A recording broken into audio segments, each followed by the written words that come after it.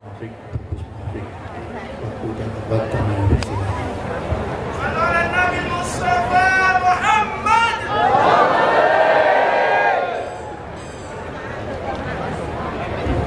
Assalamualaikum warahmatullahi wabarakatuh. Alhamdulillah. Wassalatu wassalamu ala Rasulillah ala alihi wa sahbihi wa azwajihi wa dzurriyyatihi wa ahli baitihi wa man tabi'ahum bi ihsan ila yaumil qiyamah. Alim ulama para habaib, para hadirin wal hadirat yang berbahagia, alhamdulillah mulidan sekaligus peresmian Masjid Al-Barokah. Mudah-mudahan jadi masjid yang barokah. Jadi peringatan Maulid itu peringatan bahwa kelahiran Rasulullah itu terjadi di tahun 571 Masehi di Mekah. Di Mekah kisaran berapa? 1400-an tahun yang lalu, kira-kira 1400 tahun yang lalu, tahun 571. Nah, ini sing kadang orang sing takut, kenapa Rasulullah itu lahirnya di Mekah, kok enggak di Klaten ya? Karena Rasulullah ini harus menutup seluruh sejarah kenabian. Jadi seluruh sejarah kenabian yang 300.000 lebih nabi yang kita percayai harus diantaranya adalah 25 nabi dan rasul, itu ditutup oleh Rasulullah, Khatamul Anbiya wal Mursalin. Nah, nabi ini di Makkah. Kenapa? Karena nabi ini harus menyelamatkan manusia dari ketidakselamatan hidup di dunia. Karena manusia itu habisnya nggak di sini. Kalau selain manusia itu habisnya di sini. Hewan itu habisnya di sini. Di dunia ini habis ya habis. Pohon di sini habis ya habis. Tapi kalau manusia itu habisnya itu nggak di sini. Habisnya itu di akhirat. Apakah habis benar atau tidak tergantung Allah. Karena ada di surga atau di neraka. Dan surga atau neraka itu disifati khalidina fiha abada. Khalid itu artinya kekal, tapi ada awalnya. Kalau bakok itu kekal, nggak ada awal, nggak ada akhir. Kalau khalid itu ada awalnya, tapi kita tidak tahu akhirnya. Nah, itu bedanya. Makanya neraka atau surga itu disebut khalidina fiha abadan. Kita itu berakhirnya nanti di sana. Yang beruntung ya berakhir di surga, yang enggak beruntung berakhir di neraka. Cuman itu bahasa agama, nggak ada transit di antara surga dan neraka. Walaupun pernah digagas.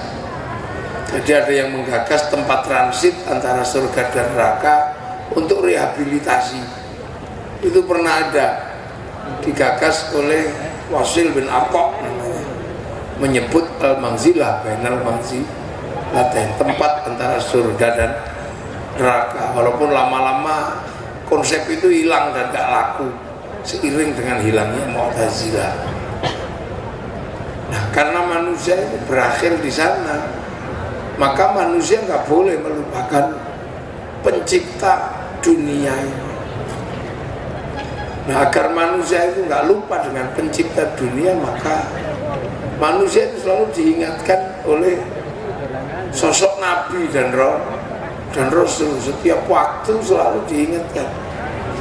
Yang pertama mengingatkan adalah Nabi Adam.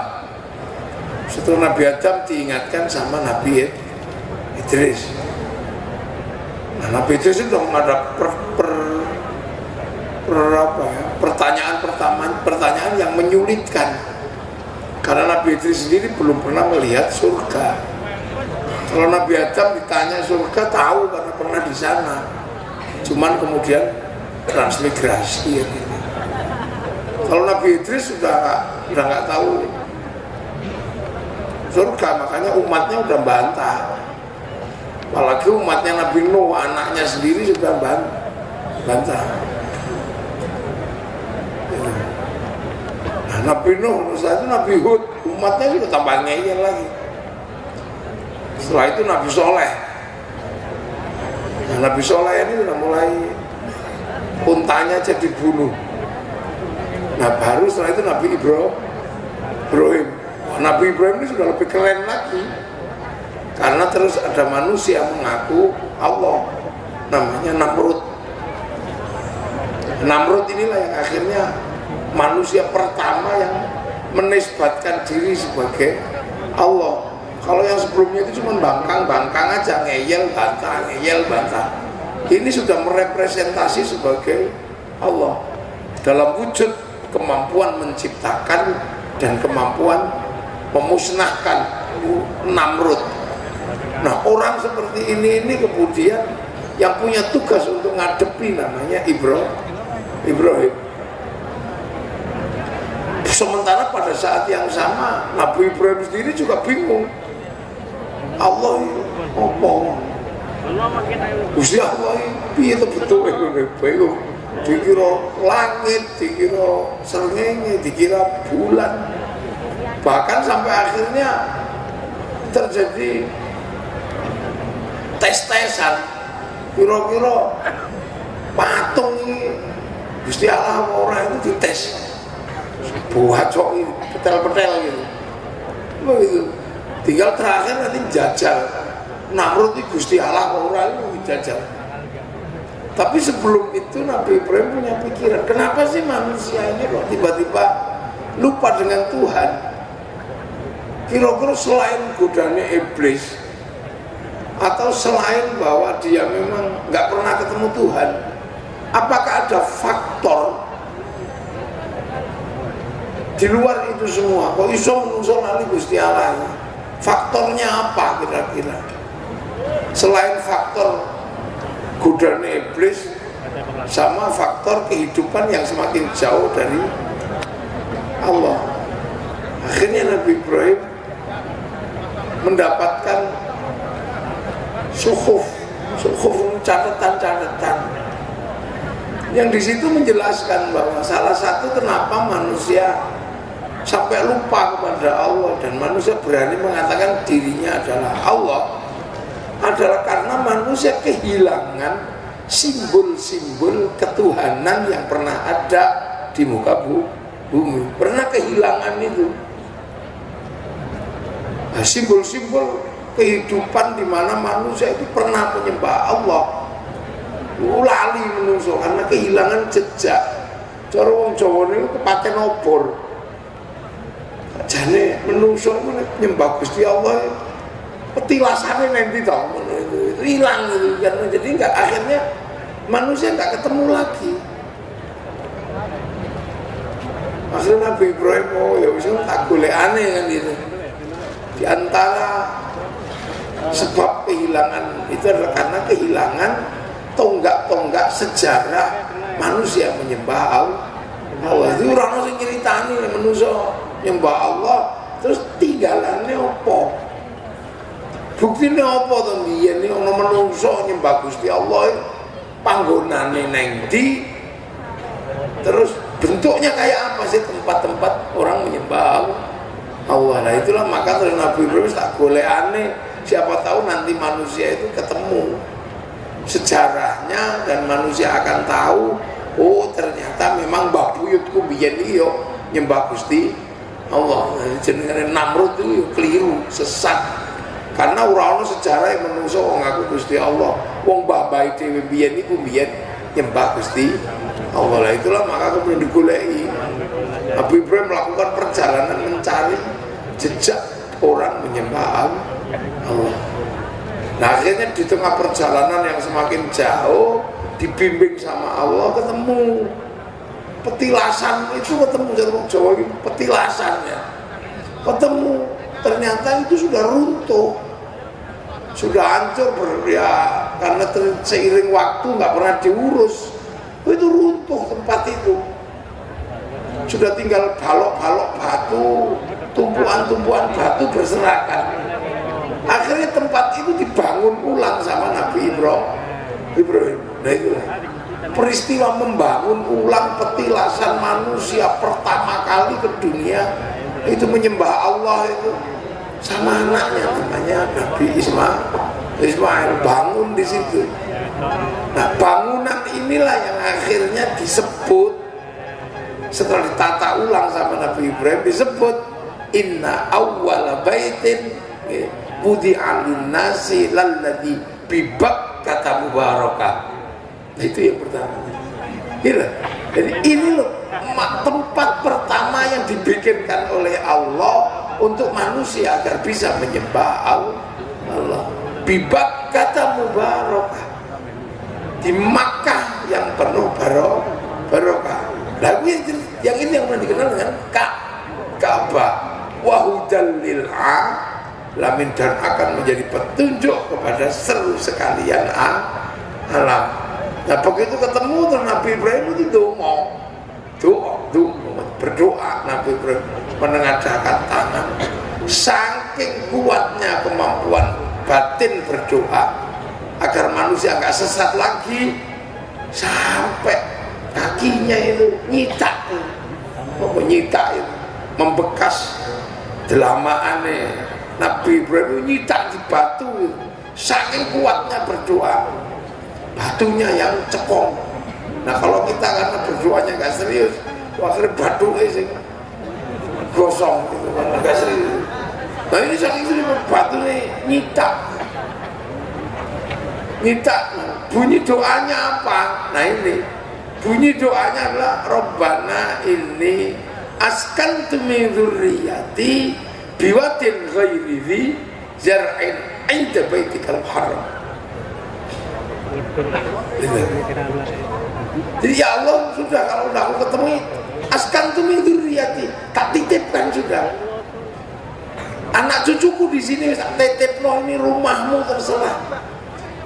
Ghairi dzi zar'in biwatin ghairi dzi zar'in, di sebuah tempat sing enggak ada apa-apa, wis ora penting. Ono apa-apa, reneng apa-apa, ora penting, kok inggonmu ya Allah. Pasti ada jalan keluarnya. Padahal manusia itu berasal dari suplai tumbuhan. Makanannya itu tumbuhan, tumbuhan. Tapi Nabi Ibrahim nekat, kutitipkan dengan keyakinan yang kuat di tempat yang gak ada apa-apa, tapi ku yakin ini tempatmu. Ainda baitikal muharram. Rabbana liyuqimus sholata. Ya Allah, mudah-mudahan anak-anak turunanku kuat untuk menegakkan sholat. Ini doanya ini. Sampai nggak bayangin ya. Tempat yang nggak ada apa-apa, segersan itu tiba-tiba orang disuruh punya kekuatan batin untuk istiqomah. Jadi kan doa nekat sih. Meninggal anak neng mall nggak apa-apa, pasti seneng. Wih, ninggal anak di tempat gersang nggak ada apa-apa, buah-buahan nggak ada apa-apa, pohon nggak ada, ghairi dzi zar'in, tidak ada satupun tanaman di situ. Tapi inda baitikal muharram, di tempatmu ya Allah. Rabbana liyuqimus sholata faj'al af'idatan minan nasi tahwi ilaihi. Berharap agar semua orang nanti punya kecondongan hati ke tempat itu. Masa uang mau disuruh condong ke tempat gersang nggak ada apa-apa gitu, Zaman segitu itu ndonga rada nekat ya Nabi Ibrahim. Warzuqhum minas samarat, dan berikanlah mereka rizki dari buah-buahan. Buah-buahan apa? Pohonnya aja nggak ada. Itu ngono rada nekat nek nyontoh Nabi Ibrahim, nek ndonga sisa nekat ya Nabi Ibrahim. Ojo ya Allah minta Avanza, ojo. Ya Allah minta helikopter gitu. Atau minta pesawat, jadi walaupun dapat rodanya bisa beli Avanza. Nah kita kadang nekat, ya Allah minta ya Allah istri paling cantik sedunia, dapat hidungnya sudah lumayan. Kita ini kadang-kadang berdoa pas-pasan, untuk orang aku modal pas-pasan. Jangan, doa itu yang maksimal, yang gak masuk akal sekalian orang modal nyontoh Nabi Ibrahim. Makanya kalau ndonga ndak masuk akal, sampean tambahi kama shallaita ala sayyidina Ibrahim, kama barok ta'ala sayyidina Ibrahim fil alamina innaka hamidum majid. Lho kok gitu kok. Ulangi ndonga sing ora masuk akal. Aku biyen diulangi ngono. Makanya kadang saya itu berdoa yang gak masuk akal sekalian. Mula kadang ya tak pikir-pikir uripku ya ora masuk akal akhirnya. Itu doa itu. Nah setelah Nabi Ibrahim berdoa seperti itu, mendapatkan keturunan, akhirnya anak-anak Nabi Ibrahim inilah yang membuat manusia kembali mengenal Allah. Punya anak yang terkenal itu dua, Ishak sama Ismail. Nah yang Ishak punya anak namanya Yakub. Yakub itu dikenal dengan nama Israel, punya anak 12 dikenal dengan nama Bani Israel yang menempati Filistin dan berbagai keturunannya di sana bergerak kemana-mana sampai akhirnya yang keturunan Ismail punya keturunan besar namanya Rasulullah Muhammad Sallallahu Alaihi Wasallam. Itu. Nah itulah makanya agar manusia kembali memahami bahwa ada titik awal orang menyembah Allah, maka kemudian Nabi Muhammad itu lahirnya di Mekah, dikembalikan lagi ke titik awal di mana manusia harus mengetahui awal kejadian manusia menyembah Allah. Itulah kenapa Nabi Muhammad tidak lahir di Klaten, tapi harus kembali ke titik awal baiti wudi'a lin-nasi lalladzi bibakkata mubarakah. Ini yang ada. Jadi makanya nggak perlu terus kenapa. Cuman waktu Rasulullah lahir di Makkah itu kondisi Makkah jahiliyah. Gitu. Tahun 571 Nabi Muhammad lahir di sana, kondisi Arab itu jahiliyah. Klaten enggak. Jadi waktu tahun segitu Jawa ini sudah nggak jahiliyah. Aman harus tahu itu. Karena 571 sekitar tahun 600 Nusantara sudah jadi kerajaan besar. 400 Masehi di Malang sudah berdiri kerajaan Kanjuruhan. 300 Masehi di Jawa Barat sudah berdiri Salokonegoro. 300 di Kalimantan sudah berdiri Kutai Kartanegara. Tahun 500 di Jeporo sudah berdiri kerajaan Kalingga yang terkenal makmur. Di Jawa Barat tahun 400 ada Tarumanegara. Tahun 600 di Jawa Tengah berdiri kerajaan Mataram. Jadi di sini sudah nggak jahiliyah.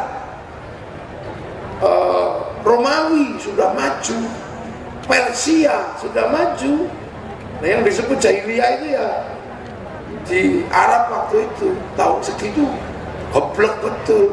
Karena apa jahiliyah? Karena tempat orang pertama kali menyembah Allah sampai lupa dia bahwa ada Allah, karena kembali menyembah berhala. Gitu. Makanya karena kembali menyembah berhala, ketika Rasulullah lahir mendapatkan penjelasan di Al-Quran, wa kafa billahi syahida Muhammadur Rasulullah. Jadi sendirian Nabi Muhammad itu. Nabi. Jadi karena apa? Konsep Nabi itu diketahui oleh orang yang megang kitab suci. Nah yang megang kitab suci Taurat Injil tidak di Mekah, adanya di Filistin. Sama sebagian di Madinah. Nah orang Mekah nggak ngerti Nabi, ngerti ini dukun, sama penyair gitu, sama orang kaya. Makanya ketika ada Nabi, gak ada yang ngerti Nabi yopo. Makanya yang ngerti Nabi di situ waktu itu adalah pendeta Nasrani namanya Waraqah bin Nufail. Orang Mekah jahiliyah dia nggak ngerti. Makanya disebut jahiliyah dia orang sana. Jawa nggak pernah disumpahi jahiliyah oleh Allah. Gitu. Muhammadur Rasulullah nggak ngerti sana. Kayak orang sini lah misalnya ya. Orang sini ngerti kiai, ngerti Habib, itu ngerti. Makanya kemudian orang sini menghormati kiai, menghormati Habib, habis ngerti. Coba kalau saya kayak gini ke pedalaman Irian gitu, pasti dikira tim pemburu babi. Karena orang sana nggak ngerti konsep Nabi itu, nggak tahu. Konsep kiai nggak ngerti. Jadi nggak usah emosi. Makanya Nabi itu nggak emosi dulu. Fa innahum la ya'lam Allah mati qaumi fa innahum la ya'lamu. Karena nggak ngerti, orang ngerti Nabi ya. Makanya orang baru ngerti Nabi itu ketika Nabi hijrah. Orang Madinah nunggu. Udah tola al-badru alaina, engkau itu Nabi ya Rasulullah Muhammad. Jarene wong Mekah dudu ngedan kau kenyel. Makanya kemudian mereka melawan Rasulullah. Itu makanya pengikut Rasulullah ngadepi orang sana. Dalam bahasa Al-Qur'an apa? Walladzina ma'ahu asyidda'u 'alal kufar.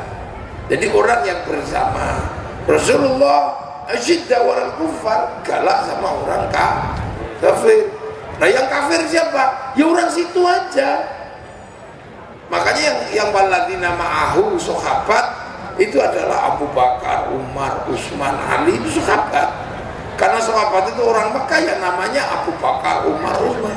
Gak ada sahabat namanya Joni, itu gak ada. Begitu juga yang kafir, ya orang situ juga. Abu Jahal, Abu Lahab, dan abu-abu yang lain.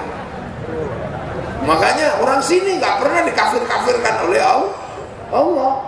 Jadi Al-Quran itu nggak pernah mengkafirkan orang Klaten, itu nggak pernah. Ini teksnya begitu. Makanya sampai itu jangan heran. Orang sini biasa-biasa aja, nggak pernah dikafir-kafirkan. Karena ini teksnya adalah walladzina ma'ahu asyidda'u 'alal kufar. Itu asyadda kufra wa nifaqa juga orang sana. Asyaddu qaswa juga orang sana. Watos-atos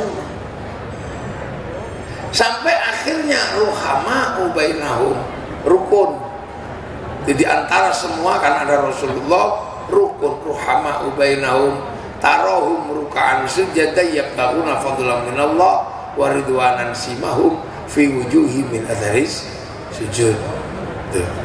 Nah, awal baitin wudi'a lin-nasi lalladzi bi Bakkah mubarakah wa hudan lil alamin. Jadi menjadi apa ya, petunjuk sekalian alam. Yang keturunan Nabi Ibrahim yang Bani Israel sudah bergerak dia. Yang bawa Injil, bawa Taurat sudah bergerak ke Eropa. Belum bergerak ke sini. Jadi turunan Nabi Ibrahim itu ada yang bergerak ke Eropa, ada yang bergerak ke Afrika. Makanya orang Eropa ini terbangun peradabannya karena apa? Ada peradaban Injil, ada peradaban Taurat yang masuk. Jadi zaman nggak usah ribut. Itu Taurat asli, Injil asli. Apa zaman ribut, zaman kebagian ngurusi Al-Quran. Karena Al-Quran juga apa di bawah Rasulullah sama seperti wahudan lil alamin yang dini disebut rahmatal lil alamin. Jadi punya potensi semuanya untuk berkembang menjadi apa? Agama sekalian alam. Makanya nggak usah kaget bahwa Eropa itu juga mengenal Nasrani, mengenal Yahudi, sini mengenal Islam. Nah, ini ketemu. Hari ini ketemu gitu loh. Makanya kenapa Rasulullah lahir di Mekah itu ya karena itu. Karena kembali ke titik awwal baiti wudi'a lin-nasi lalladzi bi Bakkah mubarakah. Jenenge cara wong Jawa iki wis tepung gelang. Udah kembali ke titik awal. Wis petuk panggonan ingkang namine Cokro Manggilina. Orang Jerman menyebut Zeitgeist gitu. Apa bahasa Jerman gitu. Jadi ojo dia berdebat Nabi kok lahir di Mekah karena Mekah jahiliyah, bukan. Yuk karena takdir awal baitin itu di sana. Nah karena wahudan lil alamin yang dibawa oleh Rasulullah tetap kembali ke awal baitin, maka umat Rasulullah yang jauh, yang tidak di sana hanya diperintah online gitu loh. Apa? Fawalli wajhaka syatral masjidil haram. Jadi arahkan raimu, wajahmu ke masjidil haram, maknanya kongkon sholat. Makanya yang deket enak di sana, langsung ke Ka'bah di depan mata, sholat lebih khusyuk. Nah kita yang jauh agar bisa fawalli wajhaka syatral masjidil haram, maka membangun pusat-pusat pemancar yang kita bisa menghadapkan ke sana. Apa pusat tempat pemancar di sini? Namanya masjid. Agar kita bisa apa ya? Ada pemancar lokal itu loh yang bisa menghubungkan ke pemancar internasional. Repeaternya itu ada gitu di sini. Nah itu makanya masjid itu berfungsi untuk apa? Penghubung kita kepada titik awal yang ada di sana. Syukur kita pada akhirnya bisa ke sana agar nggak kehilangan jejak. Makanya biar umat Rasulullah yang terakhir ini nggak kembali kehilangan jejak, maka kembali ke titik-titik pertama peradaban manusia, dijadikan apa? Rukun Islam, namanya ibadah haji. Makanya ibadah haji itu kembali ke titik awal sana. Sampean kalau kober, apa kober itu? Sempet sana umroh atau haji biar nggak online toh. Rono, ini larang. Antri ini saya ketahui. Sana, gitu lah. Kita ke sana untuk mendelok mana betapa di situ ada awal bait di Ka'bah. Sekarang sudah bagus, sudah wangi.